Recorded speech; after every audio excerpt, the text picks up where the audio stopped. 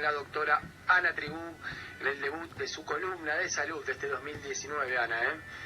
Así es, con nuestro segundo tema. Con nuestro segundo tema, así es, un caso destacable, importante, que nos interesa conocer, porque es el segundo en el mundo, ¿verdad?, de estas características, y tiene que ver con la remisión de un cuadro de VIH.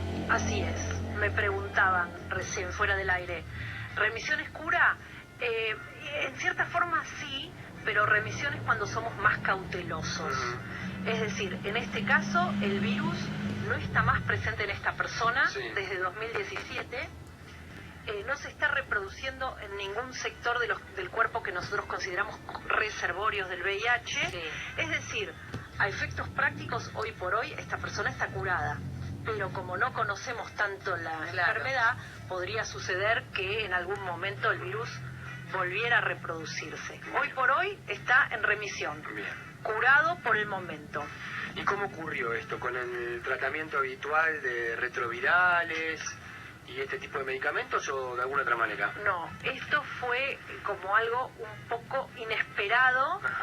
Aunque... ¿Azaroso se podría decir? No llega no, tanto. porque al ser el segundo caso, que con el otro paciente pasó lo mismo, que el otro se lo llama el paciente de Berlín y este es el paciente de Londres. Es como algo que se estaba buscando reproducir pero no se había logrado. Y ahora se logró. Este paciente, además de ser VIH positivo y de estar en tratamiento por el VIH, tuvo un linfoma. El VIH lleva a una disminución de las defensas y los pacientes quedan vulnerables a tener ciertas infecciones y ciertos tumores más vulnerables que la población en general. Incluso se enferman de cosas que los que tienen unas defensas normales no se enferman.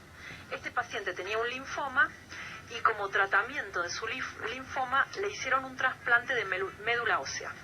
Bien. Ese trasplante de médula ósea tenía células madre de un donante que no tenía el gen para una proteína específica o que tenía ese gen dañado. Esa proteína, que se llama CCR5, es la que le permite al virus del HIV entrar a las células.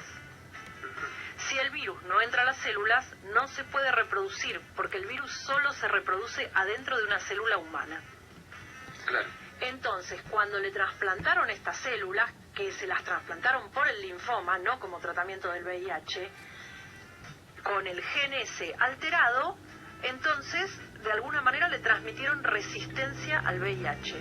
Esta persona desde 2017 está sin tratamiento para el virus y está sin ningún signo de reproducción viral en su cuerpo. Ahora, ¿cuáles son las implicancias de esto? ¿Esto puede llegar a ser un tratamiento para todos los pacientes? No. Claro. ¿Por qué? Bueno, de hecho ya, habiendo ocurrido en Londres, quizá nos da alguna medida de que por ahí tiene no sé si un costo, pero algunas características más onerosas, ¿no? Claro, bueno, por un lado tiene un costo altísimo este tratamiento. Eso eventualmente, si fuera una verdadera solución para todo el mundo, por ahí habría forma, buscar alguna forma de solventarlo, pero esto es un tratamiento muy delicado. El paciente, para poder recibir un trasplante de médula ósea, hay que inmunosuprimirlo, se llama. Hay que matarle todas sus células de la defensa con quimioterapia para después poder poner células de médula ósea de otra persona y que esas se empiecen a reproducir y vuelvan a generar nuevas células de las defensas. Es impensable hacerle este tipo de tratamiento, que tiene un 10% de mortalidad, a gente que está saludable. A ver, creo que más o menos una idea, algo me quedó. Es como si las células de esta persona, que fue el donante de médula ósea, una vez que le hicieron el trasplante al que la recibió, digamos, mataron todas las células que tenían SIDA. No, a este paciente le mataron todas sus células de las defensas primero para poder darle médula ósea de otra persona. Sí. Y estas células de médula ósea de la otra persona dieron células de la defensa que no tienen esa proteína que necesita el virus para entrar a la célula. Está bien. ¿Por qué? Porque esa otra persona era resistente al VIH. Claro. hay muy pocas personas resistentes naturalmente al VIH, creo que 1% de la población blanca, muy pocas, y encontrar un donante que sea compatible y resistente es dificilísimo. Claro. Por eso tampoco se puede reproducir esto masivamente. Estas personas, Ana, que vos decís que tienen esta proteína resistentes al VIH, Sí. quiere decir que si alguien de este 1% de la población mundial entra en contacto de alguna de las formas de contagio, alguien que tenga VIH, ¿no se estaría contagiando? No. Mira, no sabía que existían esas personas. Son muy pocas, dije no la población mundial, sino la población blanca. Blanca. Porque, viste, esto es distinto según distintas poblaciones. Sí. Pero encontrar una persona con esas características y que sean compatibles las médulas óseas es algo muy difícil, es algo muy improbable. Esto no se puede volver masivo. Claro, no se puede por generalizar. varias cosas, claro, por varias, las que les expliqué, esta otra, y hay otra circunstancia más, que este paciente específico, el de Londres, hizo primero un rechazo a la médula ósea del donante. Así que no saben si la reacción positiva para el VIH tuvo que ver con estas células resistentes del donante o también con la reacción de rechazo que cambió un poco las condiciones de ese paciente. Y un rechazo no se puede forzar, es decir, un rechazo es algo que sucede o no sucede, no es algo poco habitual en un trasplante, pero uno no puede predecir este paciente va a rechazar este otro no. Claro. Así que esto no es reproducible, pero ¿qué es lo importante? Esta proteína, la CCR5, que es como la que les abre la puerta a los virus a entrar a las células de las defensas, esta proteína puede ser un nuevo blanco de los tratamientos del VIH. Claro, la llave quizá, ¿no? Han encontrado como... no sé Otra si la forma, llave, pero ¿no? Porque en lugar de ir una clave. contra el virus, vamos contra esta proteína. Bien. Entonces ahí se abren nuevas líneas de investigación que pueden tener con que ver con lo genético o con buscar bloquear esa proteína en los pacientes que no la tienen inactiva como forma de un nuevo tipo de tratamiento para el VIH. Bien. Totalmente novedoso y que por ahí podría llegar a ser incluso mejor que los tratamientos que hay. Claro. Ahora, hoy por hoy, los tratamientos que hay para el VIH son buenos porque el Sí, paciente hacen que la tiene que enfermedad sea tomar, crónica, claro, que pueda tener una calidad de vida... Claro, negativizan el virus en la sangre, el virus no está circulando, pero sí se sigue dividiendo en los reservorios del cuerpo. El paciente de esa manera no puede transmitir la infección o tiene muy bajas probabilidades de transmitirla a otra persona y no es un tratamiento complicado como era al principio, son o 3 comprimidos por día o un comprimido con 3 fármacos mezclados, combinados en ese mismo comprimido. Es decir, no es por ahí lo que era al principio. Después ahora les voy a hacer un poco una historia de lo que fue pasando con el VIH. Bien.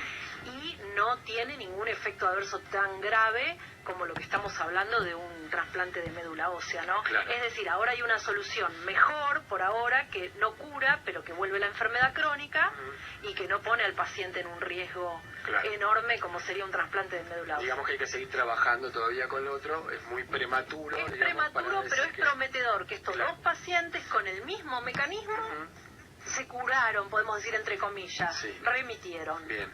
Yo me fui para el lado económico, porque, bueno, he podido ver, como seguramente ustedes que están del otro lado, muchas veces campañas, ¿no?, para vecinos o vecinas que necesitan un trasplante de médula ósea, y bueno, las familias tienen que apelar a campañas para juntar recursos, para juntar dinero, por lo que uno sabe, son bastante caras, bastante complejas. No sé cómo estará eso en el país, si usted tiene alguna referencia, No. pero he visto muchos casos que viajan a China o incluso a otros países, ¿no? Sí, evidentemente es un tratamiento caro, Claro. además. Pero bueno, si el tratamiento uno dijera, bueno, esto es lo mejor que le podemos ofrecer a un paciente con VIH, habría que ver de qué forma Por supuesto. se podría llegar a implementar. Pero realmente hoy por hoy no es lo mejor que se puede ofrecer ni cerca.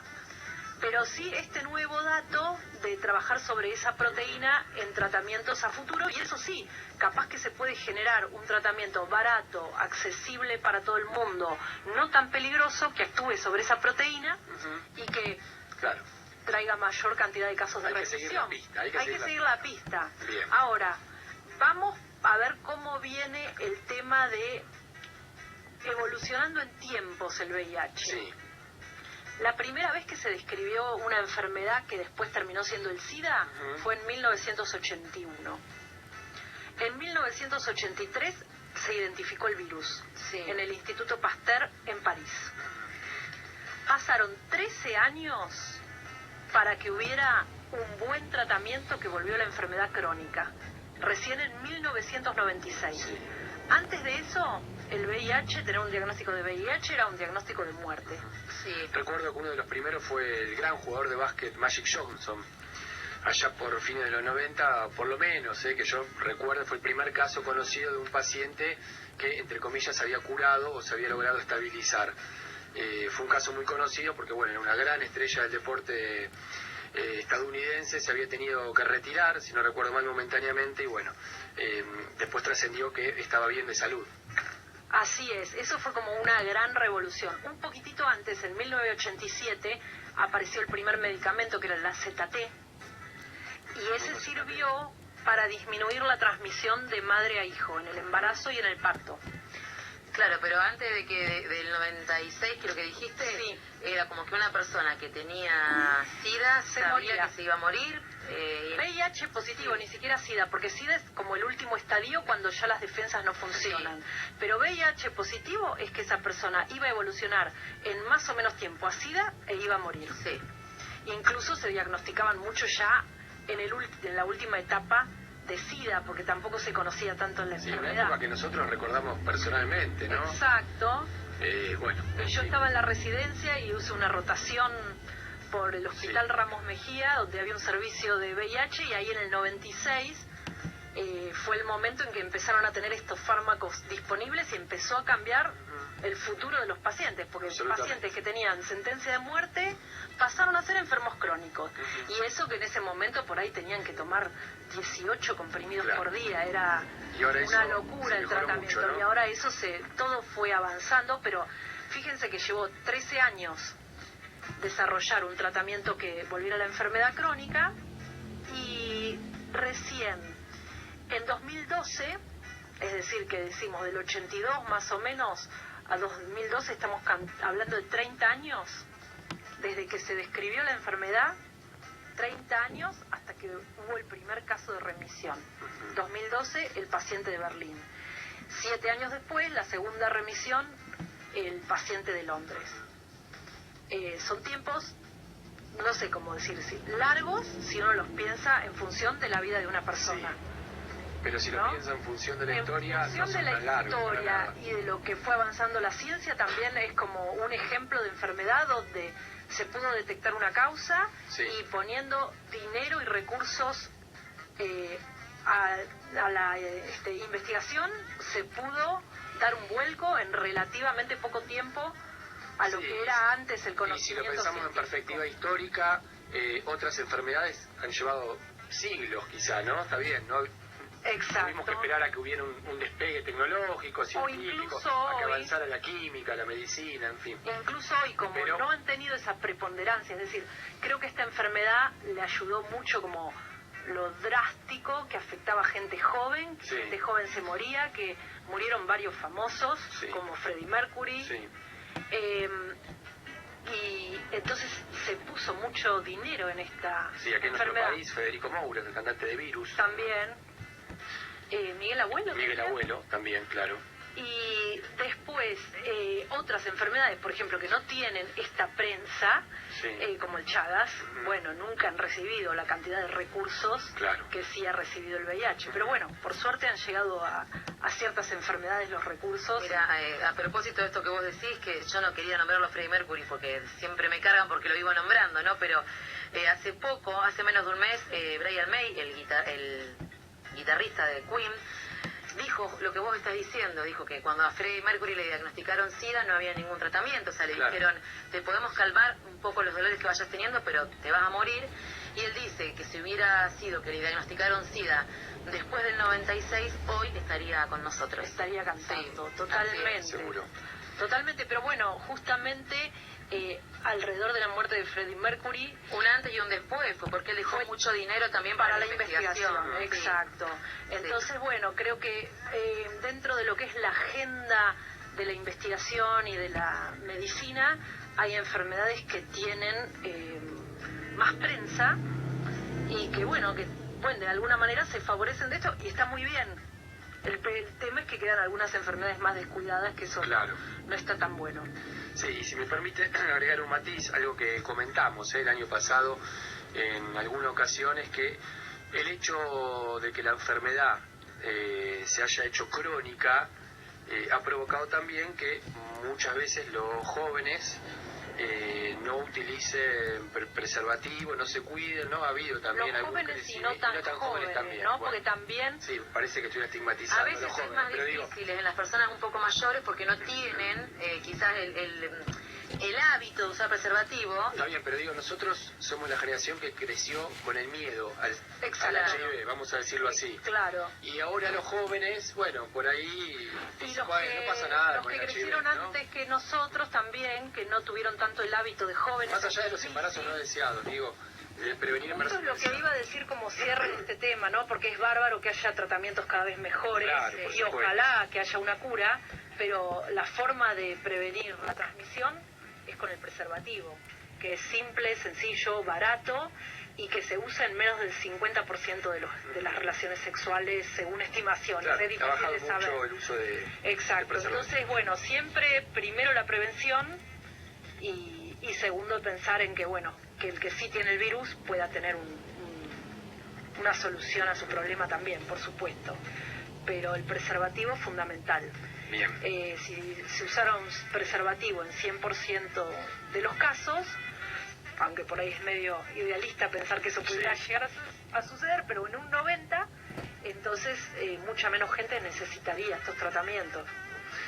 Bien, bueno, entonces nos alegramos por este dato, por esta nueva senda de investigación, vamos a llamarla así, por esta nueva clave que se ha descubierto a partir de un tratamiento que implica un trasplante de médula ósea y que ha logrado, ya van 2 casos, que se pueda remitir el cuadro de VIH. Veremos también cómo evoluciona, doctora, este nuevo tipo de tratamiento en el tiempo, qué alcances tiene, y bueno.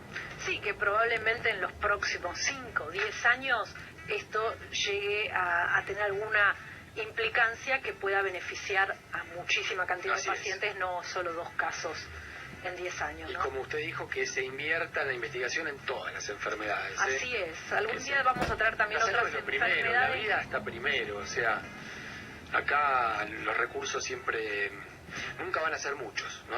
Exacto, nunca alcanzan, nunca van a ser muchos y siempre va a haber alguna enfermedad nueva que vaya surgiendo, necesite más investigación. Tal cual.